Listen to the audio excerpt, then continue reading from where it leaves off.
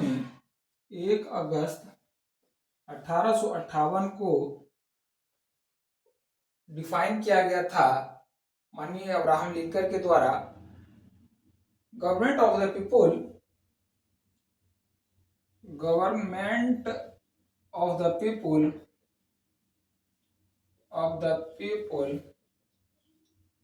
government of the people, by the people,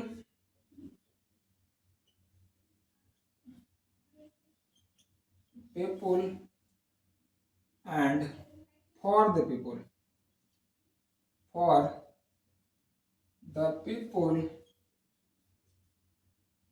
is called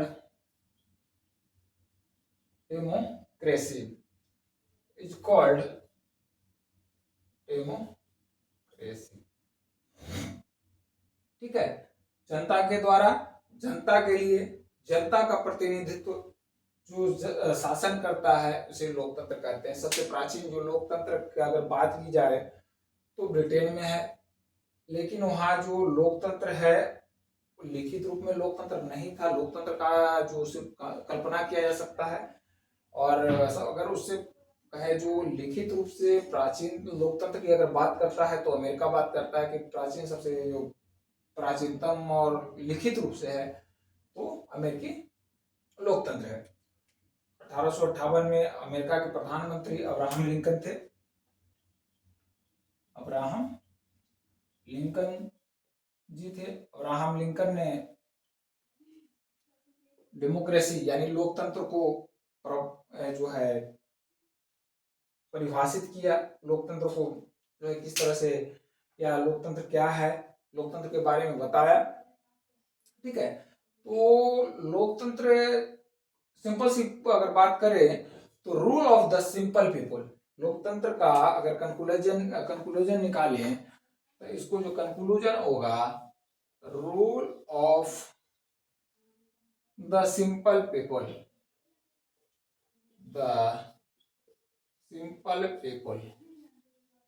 यानी साधारण लोगों का शासन लोकतंत्र है। साधारण लोगों का शासन लोकतंत्र है। लोकतंत्र में या जो है लोकतंत्र को कह सकते हैं कई तरह से विभाजित किया गया, जो है कई तरह से परिभाषित किया गया है, कई तरह से उसको पार्ट बनाया गया समझने के लिए। तो उस पार्ट को आज तक देखेंगे, यानी टाइप्स ऑफ डेमोक्रेसी का जो किस तरह से है, या डेमोक्रेसी का जो कितने टाइप्स हैं, किस तरह से उसको परिभाषित किया गया है, किस तरह से बताया गया है, उस चीज को देखेंगे। पहला अगर बात करें डेमोक्रेसी का, तो विचार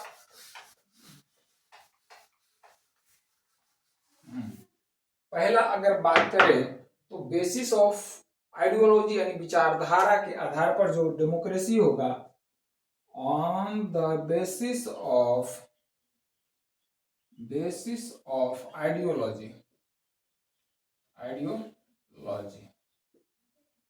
ठीक है, ऑन द विचारधारा के आधार पर लोकतंत्र कितना है, यानी लोकतंत्र को विचारधारा के आधार पर कितने रूप से बांट सकते हैं, या लोकतंत्र को कितने रूप से परिभाषित कर सकते हैं। तो इसमें जो आएगा ऑन द बेसिस ऑफ, तो विचारधारा, समाजवादी विचारधारा, समाजवादी विचारधारा तो मुख्यतः हमारे देश में भी लागू है। उदारवादी विचारधारा,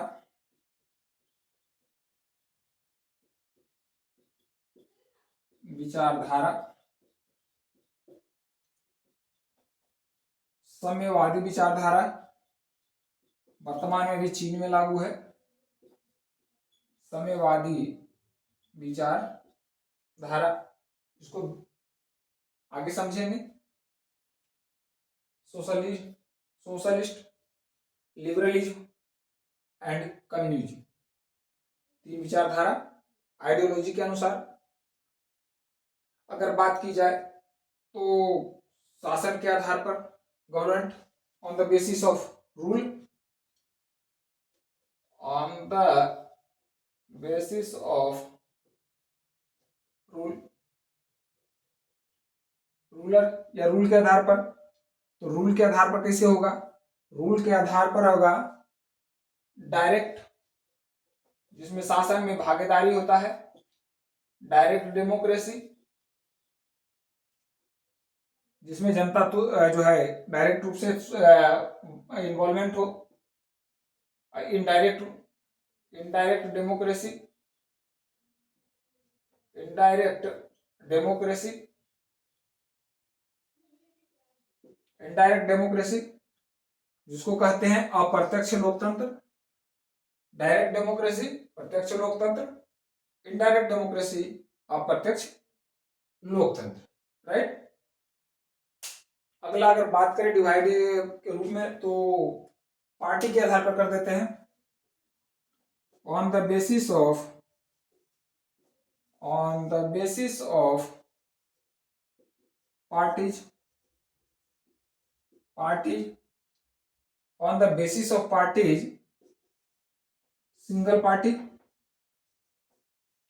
single party democracy, single party democracy वर्तमान रूप में, वर्तमान व्यवस्था में जो है, लोकतंत्र व्यवस्था में चीन रूप में, चीन में जो है लागू है। डबल ड्यूल पार्टी, और third dual party Britain, Britain में है, अमेरिका में है, डेमोक्रेटिक रिपब्लिक ब्रिटेन में है, अमेरिका में है। तीसरा जो हो गया multiple, multiple democracy, multiple party. Multiple party कहाँ है? अपने इंडिया में। मल्टीपल पार्टी डेमोक्रेसी इंडिया में स्थापित है, यानी जो बहुत सारी पार्टियां, एक या जिसको कहते हैं दो से अधिक। सिंगल पार्टी, सिर्फ एक ही पार्टी उस राजनीति या राजनीतिक व्यवस्था में भाग लेता है। ड्यूल पार्टी, दो राजनीति जो है दो दल भाग लेता है। और मल्टीपल में बहुत सारे राजनीतिक दल भाग लेते हैं, ठीक है। अगर बात करें अगला, तो लेजिस्लेचर विधायिका और कार्यपालिका के आधार पर, on the basis of, on the basis of, on the basis of legislature and, legislative and executive, कार्यपालिका और विधायिका के आधार पर। तो कार्यपालिका और विधायिका के आधार पर कौन कौन सा हो सकता है? कार्यपालिका के आधार पर पार्लियामेंट्री और प्रेसिडेंटल, पार्लियामेंट्री, पार्लियामेंट्री, पार्लियामेंट्री जिसको कहते हैं संसदीय, संसदीय शासन व्यवस्था, संसदीय शासन व्यवस्था, या संसदीय सीधे करो संसदीय लोकतंत्र। और प्रेसिडेंटल हो गया, प्रेसिडेंटल, प्रेसिडेंटल हो गया जिसको कहते हैं अध्यक्षात्मक व्यवस्था, अध्यक्षात्मक व्यवस्था या अध्यक्षात्मक लोकतंत्र, अध्यक्षात्मक लोकतंत्र। और अगर बात करें तो relation between central and state पे होगा, क्योंकि जो भी कंट्री है, जो भी देश है, वो छोटे छोटे बहुत सारे राज्यों से मिलकर बना है। तो उसके बीच में जो रिलेशनशिप होता है, रिलेशनशिप बहुत बड़ी मायने रखता है। तो उसके आधार पर भी डेमोक्रेसी का बंटवारा किया जा सकता है। उसमें भी अगर देखें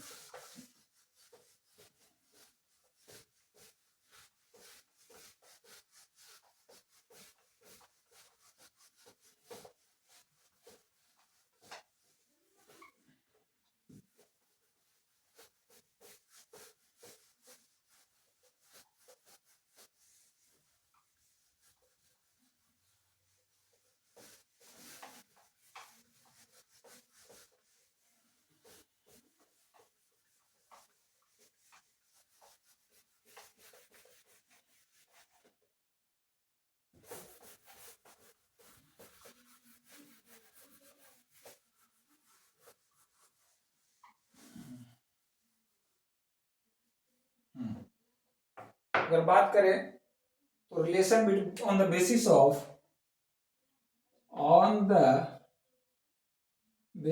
of relation between central and state,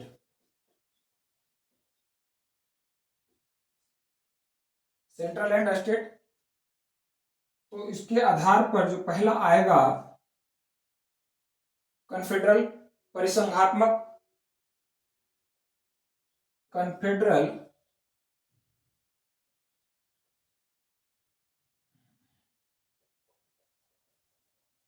कन्फेडरल democracy, जिसको कहते हैं परिसंघात्मक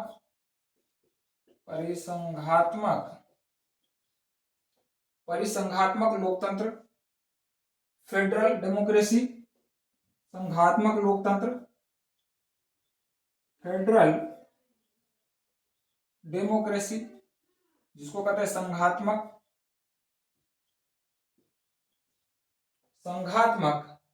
और आता है लास्ट में यूनिटरी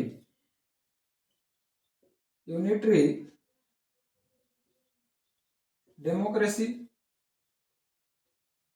जिसको कहते हैं एकात्मक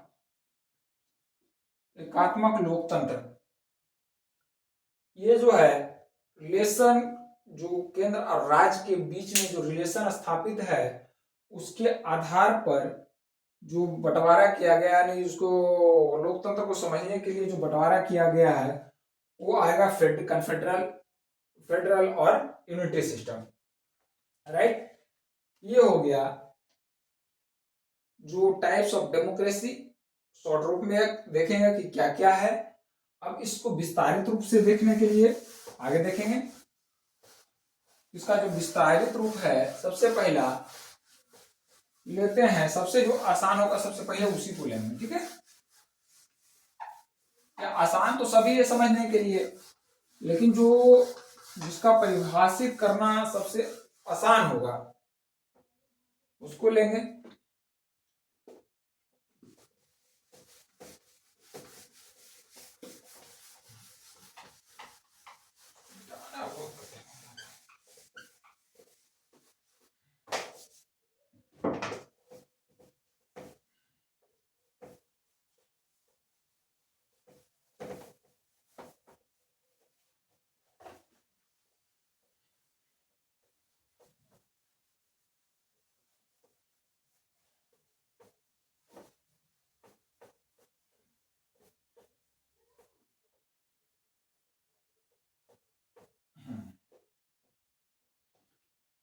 पहला जो लेंगे तो जो है सबसे ज्यादा, जो सबसे अभी प्रचलित रूप से है वो तो शासन के आधार पर on the basis of ruler, जनता के शासन के आधार पर, जनता के शासन के आधार पर लोकतंत्र का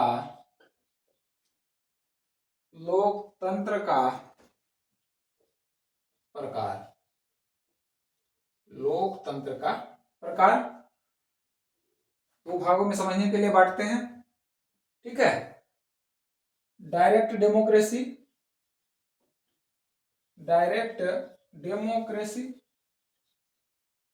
और एक है इनडायरेक्ट डेमोक्रेसी। इनडायरेक्ट डेमोक्रेसी,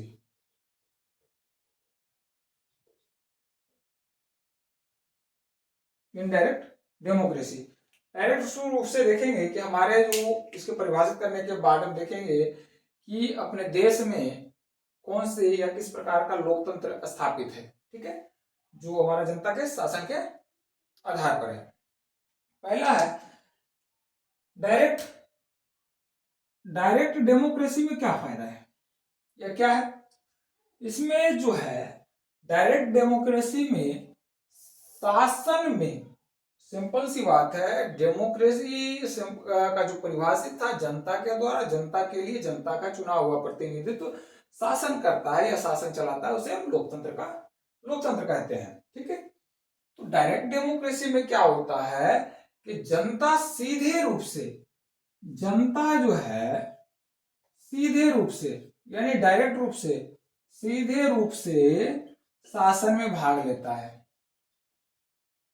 शासन में भाग लेता है। जनता क्या है?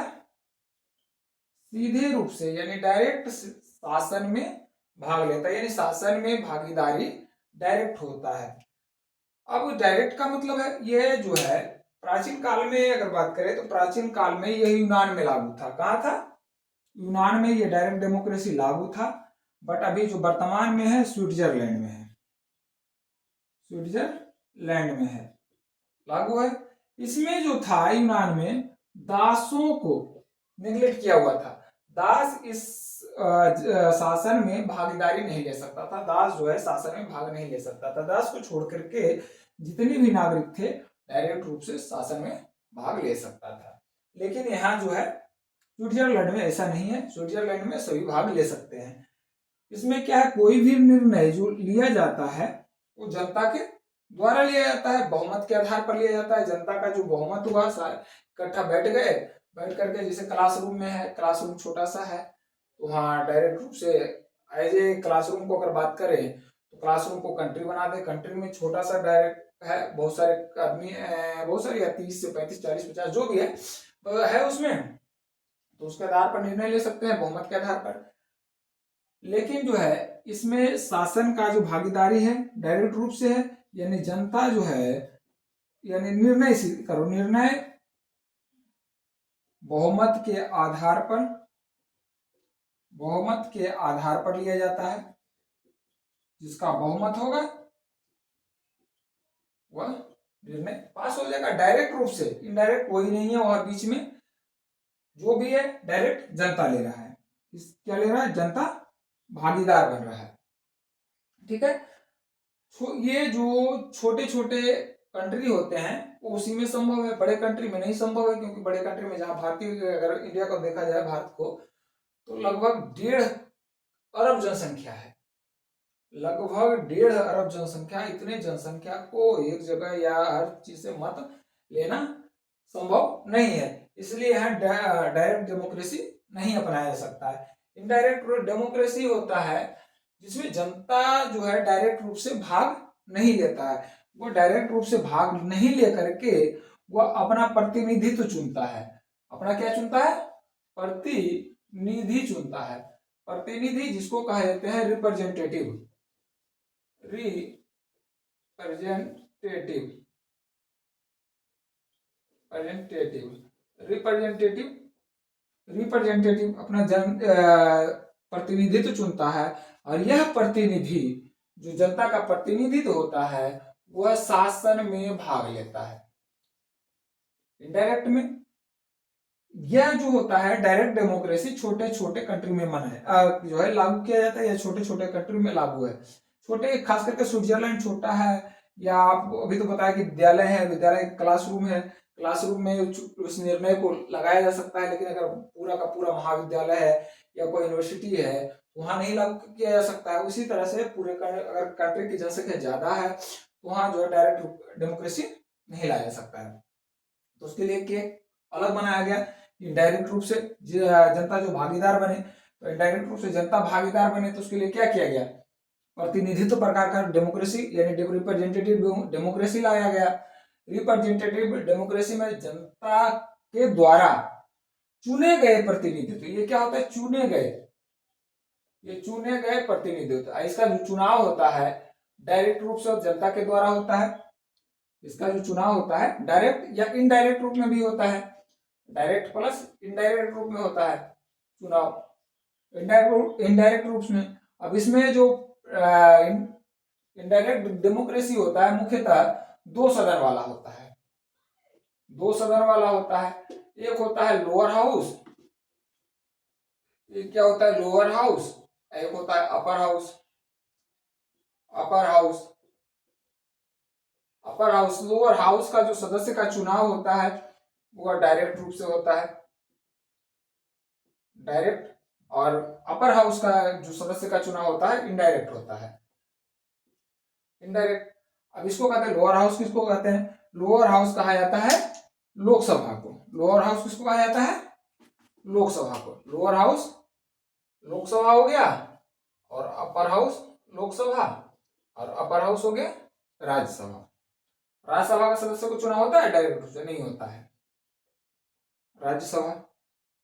ठीक है, समझने के लिए इसका जो चुने हुए प्रतिनिधित्व, जनता के शासन की शासन में जो भाग लेता है, जनता का चुना हुआ प्रतिनिधित्व वो, और इसका जो निर्णय होता है, इसमें जो निर्णय लिया जाता है किसी भी चीज पर या किसी भी विषय पर, किसी भी वस्तु पर अगर निर्णय लिया जाता है, तो जो प्रतिनिधित्व होता है, जो प्रतिनिधि होता है, उसका निर्णय जनता का निर्णय मान लिया जाता है।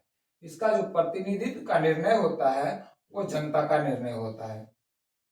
प्रतिनिधि का लिखने की जरूरत नहीं, प्रतिनिधि का निर्णय जो होता है जनता का निर्णय होता है, राइट। ये हो गया डायरेक्ट।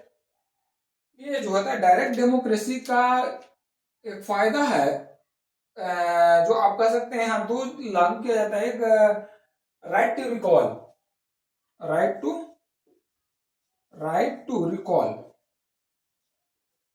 डायरेक्ट डेमोक्रेसी में क्या होता है, कभी कभी ऐसे प्रतिनिधित्व को चुन करके भेज देते हैं, डायरेक्ट डेमोक्रेसी जहां थोड़ा सा बड़ा कंट्री है और वो सही से काम नहीं कर पाता है, वो सही से काम नहीं कर पाता है, तो काम नहीं कर पाता है तो क्या करे, अब उसको वापस बुलाना है।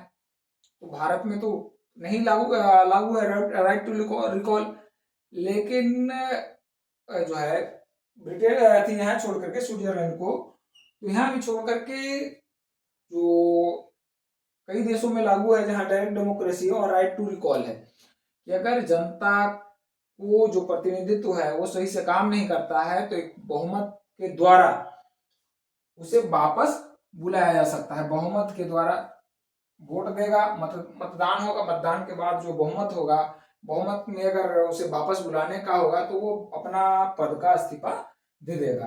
यानी राइट टू रिकॉल में प्रतिनिधित्व को वापस बुलाया जा सकता है। ठीक है, डायरेक्ट डेमोक्रेसी और इनडायरेक्ट डेमोक्रेसी का ये अंतर है। यानी अगर लिखना के लिए आ जाए डायरेक्ट डेमोक्रेसी और इनडायरेक्ट डेमोक्रेसी की व्याख्या की जाए तो आराम से लिखा जा सकता है। ठीक है, 50 लाइन तो 50 शब्द या 60 शब्दों में तो आसान से, बहुत आसानी से लिखा जा सकता है। अब कहते हैं ऑन द बेसिस ऑफ, अब क्या, अगला क्या था? अगला पे अगर बात करें तो कौन सा था? आइडियोलॉजी से relation between executive and legislative पर चलते हैं। Relation between executive and legislative.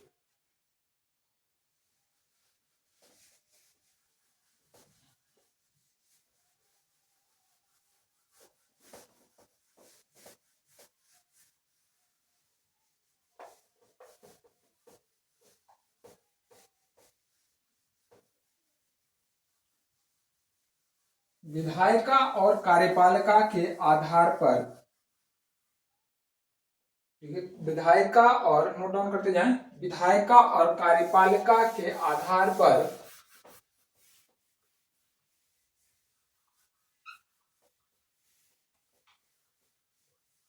लोकतंत्र का प्रकार। विधायिका और कार्यपालिका के आधार पर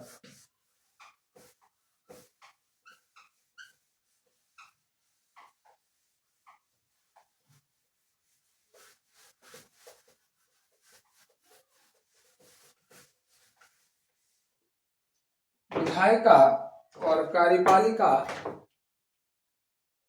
के आधार पर लोकतंत्र का प्रकार।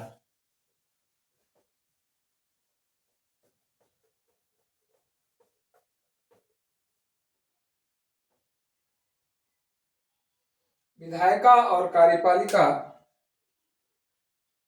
विधायिका और कार्यपालिका के आधार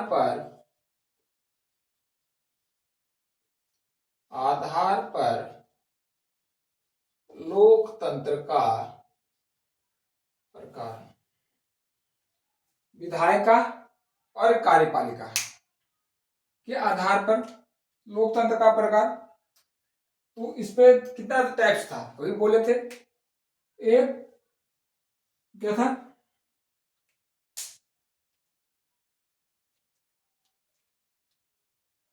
विधायिका के आधार पर,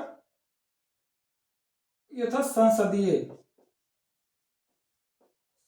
जिसको कहते हैं पार्लियामेंट्री।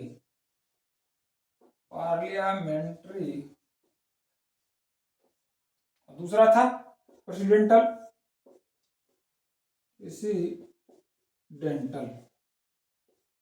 डेमोक्रेसी जिसको कहते हैं अध्यक्षात्मक लोकतंत्र। ठीक है। पार्लियामेंट्री लोकतंत्र में जो होता है विधायिका कार्यपालिका, इसमें लेते हैं पार्लियामेंट्री लोकतंत्र में या पार्लियामेंट्री डेमोक्रेसी जो संसदीय लोकतंत्र होता है, इसमें कार्यपालिका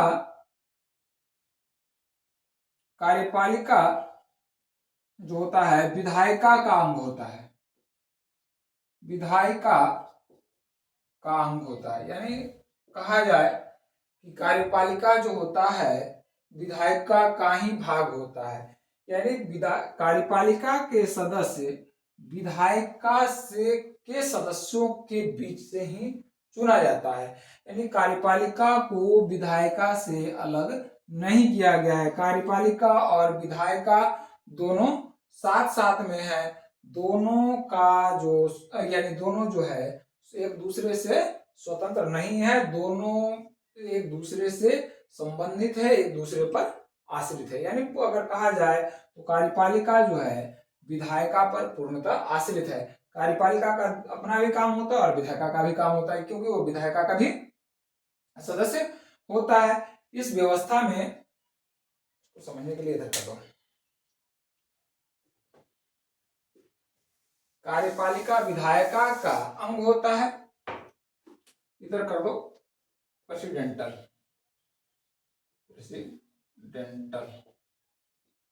ठीक है। अध्यक्षात्मक इसमें करो, कार्यपालिका का अंग होता है, राइट। इसमें जो राष्ट्रीय अध्यक्ष होता है हेड ऑफ स्टेट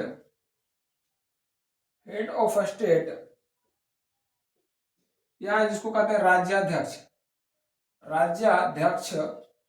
वह स्वतंत्र नहीं होता है। और वह जो होता है इसका वैल्यू जो होता है नाम मात्र का होता है। हेड ऑफ स्टेट इसको करो नीचे, हेड ऑफ स्टेट, इसका जो वैल्यू होता है नाम मात्र का होता है। वैल्यू क्या होता है? नाम मात्र का होता है। अब राष्ट्रपति का वैल्यू भारत में क्या है? नाम मात्र का है, क्योंकि राष्ट्रपति अपना कोई भी निर्णय स्वयं नहीं ले सकता है। उसके निर्णयों को यानी उसको अभिभाषण को तैयार करने के लिए क्या किया गया है? एक मंत्री परिषद नियुक्त किया गया है। 85 के तहत मंत्री परिषद की नियुक्ति की गई है और मंत्री परिषद के सलाह के बिना वो भाषण तक नहीं दे सकता है। तो निर्णय की जो भी कोई निर्णय हो तो राष्ट्रपति जब भी निर्णय लेगा तो प्रधानमंत्री तथा उसके मंत्री परिषद के सलाह के बिना अपना निर्णय नहीं ले सकता है। ठीक है। तो हेड ऑफ स्टेट का जो वैल्यू होगा वो नाम मात्र का होगा। इसका जो है वास्तविक प्रधानमंत्री होगा। वास्तविक स्टेट ऑफ हेड यानी जो वास्तविक प्रधान जो होगा कार्यपालिका का होगा। वास्तविक प्रधान कौन होगा? प्रधानमंत्री होगा। प्रधानमंत्री होता है। भारत का राष्ट्रपति सिर्फ नाम मात्र का राष्ट्रीय अध्यक्ष। मूल रूप से जो अगर बात करें तो संसदीय प्रणाली में संसद दो सदनों में विभक्त होता है। संसदीय प्रणाली में संसद दो सदनों में विभक्त होता है। पहला सदन जो होता है उच्च सदन कहलाता है, अभी बताए थे, और दूसरा सदन निम्न सदन कहलाता है। निम्न सदन, उच्च सदन का जो सदस्यों का चुनाव होता है वो डायरेक्ट रूप से होता है, इनडायरेक्ट रूप से होता है, इनडायरेक्ट रूप से होता है, लेकिन जनता के मध्य से होता है, जनता के बीच से होता है। उसको कोई नियुक्ति नहीं की जाती है, उसका चुनाव होता है, एकल संक्रमणीय मत के द्वारा उसका चुनाव होता है। अनुपातिक जो मतदान प्रणाली है उसके तहत होता है एकल संक्रमणीय मत के द्वारा। निम्न सदन का जो सदस्यों का चुनाव होता है, जो विधायिका में जो होते हैं संसद है, संसद में उच्च सदन और निम्न सदन विधायिका का अंग है। उच्च सदन का सदस्यों का चुनाव इनडायरेक्ट रूप से होता है, ना कि नियुक्ति होती है। इनडायरेक्ट रूप से सदस्य का चुनाव होता है। और निम्न सदन का सदस्यों का जो चुनाव होता है डायरेक्ट रूप से होता है। डायरेक्ट रूप से जनता के बीच से इसका इलेक्शन होता है और इसका जो समय सीमा के मध्य इसका चुनाव कराया जाता है, डायरेक्ट रूप से होता है। अगला अगर बात करें चौथा नंबर, तो इसमें जो संसदीय प्रणाली में होता है कि संसदीय व्यवस्था में विधानमंडल का जो कार्यकाल होता है वो निश्चित होता है। कार्यकाल निश्चित होता है, कार्यकाल निश्चित होता है। अब कार्यकाल निश्चित है 5 साल का। लोकसभा का जो कार्यकाल है 5 साल का है। राज्यसभा के सदस्यों का कार्यकाल 6 वर्ष है। लेकिन मेन रूप से जो है विधायिका का कार्यपालिका के जो सदस्य बनते हैं, जो जिसके द्वारा शासन चलाया जाता है, वो कार्यपालिका के सदस्य सर्वाधिक जो होते हैं लोकसभा से होते हैं। तो लोकसभा का कार्यकाल 5 साल का होता है। लेकिन 5 साल के भीतर अगर एक बार कोई प्रधानमंत्री बन गया, ठीक है, एक प्रधानमंत्री बन गया तो 5 साल तक वो रहेगा, ठीक है। लेकिन अगर इसके भीतर अगर कोई गतिरोध पैदा होता है तो उसका जो है विघटन किया जा सकता है, उसका विघटन किया जा सकता है, यानी कार्यपालिका का विघटन हो सकता है समय से पूर्व। कार्यपालिका अगर इसका बात करें एडवांटेज का, तो एडवांटेज इसमें क्या होगा? इसमें एडवांटेज होता है कार्यपालिका को विधायिका से अलग नहीं है, कार्यपालिका विधायिका से अलग नहीं है, तो इसमें गतिरोध पैदा नहीं होगा, कंट्राडिक्शन पैदा नहीं होगा, कंट्राडिक्शन पैदा नहीं होगा, यानी गतिरोध पैदा नहीं होगा। जब गतिरोध पैदा नहीं होगा तो क्या है, उसमें कोई ऐसी समस्या उत्पन्न नहीं होगी जिससे सरकार समय से पूर्व गिर जाए या कोई भी ऐसी योजना लागू करने में समस्या पैदा हो, ठीक है। दूसरा है संसदीय प्रणाली अत्यंत लचीला होता है, इसका जो काफी लचीला होता है। इसे मंत्री परिषद का कोई भी सदस्य में अगर कोई गड़बड़ी पाया जाता है या कोई भ्रष्टाचार युक्त होता है, भ्रष्टाचार उस पर साबित होता है, तो उसे आसानी से हटाया जा सकता है, चाहे वो प्रधानमंत्री ही क्यों ना हो। लेकिन अगर बात करें प्रेसिडेंटल की, जो बहुत ही इंपॉर्टेंट है प्रेसिडेंटल, उसमें क्या होता है, विधायिका कार्यपालिका का अंग होता है या अंग नहीं होता है। इसमें जो है विधायिका को कार्यपालिका से अलग किया गया है, कार्यपालिका से अलग रखा गया है, विधायिका को कार्यपालिका से अलग रखा गया है।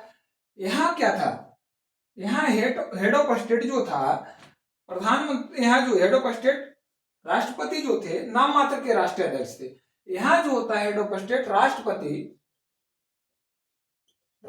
वास्तविक प्रधान होता है, राष्ट्रपति वास्तविक प्रधान होता है राष्ट्र का। इसका निर्णय जो है सर्वोपरि माना जाएगा।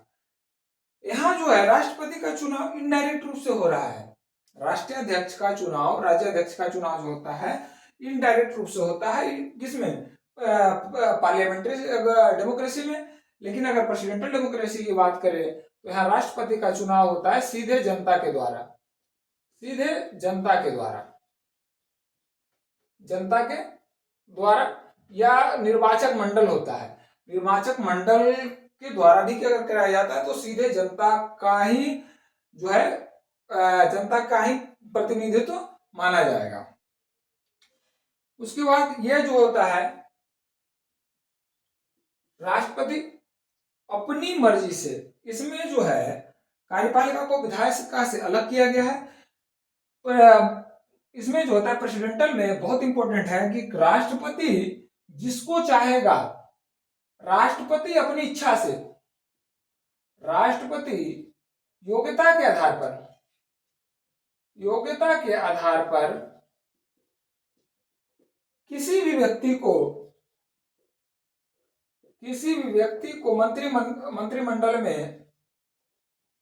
मंत्रिमंडल में शामिल कर सकता है, किसी भी व्यक्ति को मंत्रिमंडल में शामिल कर सकता है। इसमें जो है मंत्रिमंडल में वही शामिल होगा जो विधायिका का सदस्य होगा, चाहे राज्यसभा का सदस्य हो या लोकसभा के सदस्य हो। इसके लिए, और लेकिन अगर बात करें प्रेसिडेंटल में, तो प्रेसिडेंटल में क्या होता है कि इसके लिए कोई जरूरी नहीं है कि वो जो है विधायिका का सदस्य हो। मंत्रिमंडल का सीधे नियुक्ति किया जाता है। अब इसमें जो है सबसे इंपॉर्टेंट है कि राष्ट्रपति यहां किसी भी निर्णय को लागू करने के लिए जो है किसी अन्य की या जो है जरूरत नहीं पड़ती है किसी। अब जैसे है, अगर इसमें पार्लियामेंट्री सिस्टम में क्या होता है, कोई भी बिल को दोनों सदनों में पास किया जाता है, उसके बाद जो बिल राष्ट्रपति के पास जाता है तब वो एक्ट बनता है। लेकिन यहाँ जो है राष्ट्रपति किसी भी बिल को सीधे एक्ट में परिणत कर सकता है। इसके लिए किसी जो है विधायिका की जरूरत नहीं है, क्योंकि विधायिका से अलग है विधायिका का जो है कार्यपालिका से अलग रखा है, राष्ट्रपति को उससे अलग है, विधायिका से बिल्कुल अलग है। ठीक है। पता है यहाँ क्या होता है, डिसएडवांटेज क्या होता है इसमें, कि पूरा का पूरा निर्णय एक राष्ट्रपति एक सिंगल हाथों में चला जाता है। पूरा का पूरा डिसीजन जो है एक प्रेसिडेंटल में एक व्यक्ति के हाथों में चला जाता है, जिसमें डिक्टेटरशिप स्थापित हो जाता है, क्योंकि पूरा का पूरा निर्णय एक व्यक्ति कर रहा है, राष्ट्रपति, यानी उसमें तानाशाही की भाव पैदा हो सकता है। डिसएडवांटेज इसका है, डिसएडवांटेज इसका भी ये बताया हूं। डिसएडवांटेज इसका क्या है कि सिंगल हाथों में निर्णय होता है, सिंगल हाथों में निर्णय होने के कारण जो है इसका डिसएडवांटेज ज्यादा है। अब कोई भी निर्णय लागू किया, पहला तो सिंगल हाथों में डिक्टेटरशिप डिक्टेटरशिप स्थापित होने की खतरा बढ़ जाता है। दूसरी बात कर किया जाए तो इसमें क्या है कि कार्यपालिका को विधायिका से अलग रखा गया है। तो कार्यपालिका जो भी या विधायक कोई भी अगर कार्यपालिका कानून लागू करता है तो विधायिका उसे गतिरोध पैदा होता है, यानी कंट्राडिक्शन दोनों में होता है। तो उस निर्णय को यानी उस एक्ट को लागू होने में समय लगता है, यानी शासन व्यवस्था में जो है अड़चन आती है, शासन व्यवस्था में गड़बड़ी पैदा होती है। ठीक। दूसरा है, अगर बात करें तो शासन व्यवस्था में अस्थिरता, इसमें अस्थिर है। पार्लियामेंट्री सिस्टम में शासन जो है परमानेंट नहीं है या जो अस्थिर नहीं है, इसमें 5 साल के अंदर कभी भी सरकार गिर सकती है। लेकिन यहाँ जो है राष्ट्रपति को जब एक बार चुनाव कर लिया गया इस व्यवस्था में, प्रेसिडेंटल व्यवस्था में, तो वो 5 साल तक बना रहेगा। अब 5 साल तक जो है विधायिका से सिर्फ जो है महाभियोग के आधार पर ही इसे हटाया जा सकता है। अगर महाभियोग पर नहीं है तो उसके अलावा किसी भी परिस्थिति में प्रेसिडेंटल व्यवस्था में या प्रेसिडेंटल डेमोक्रेसी में राष्ट्रपति को नहीं हटाया जा सकता है। अब देखिए सबसे इंपॉर्टेंट है कि हमारे देश में जो लागू है वो क्या है,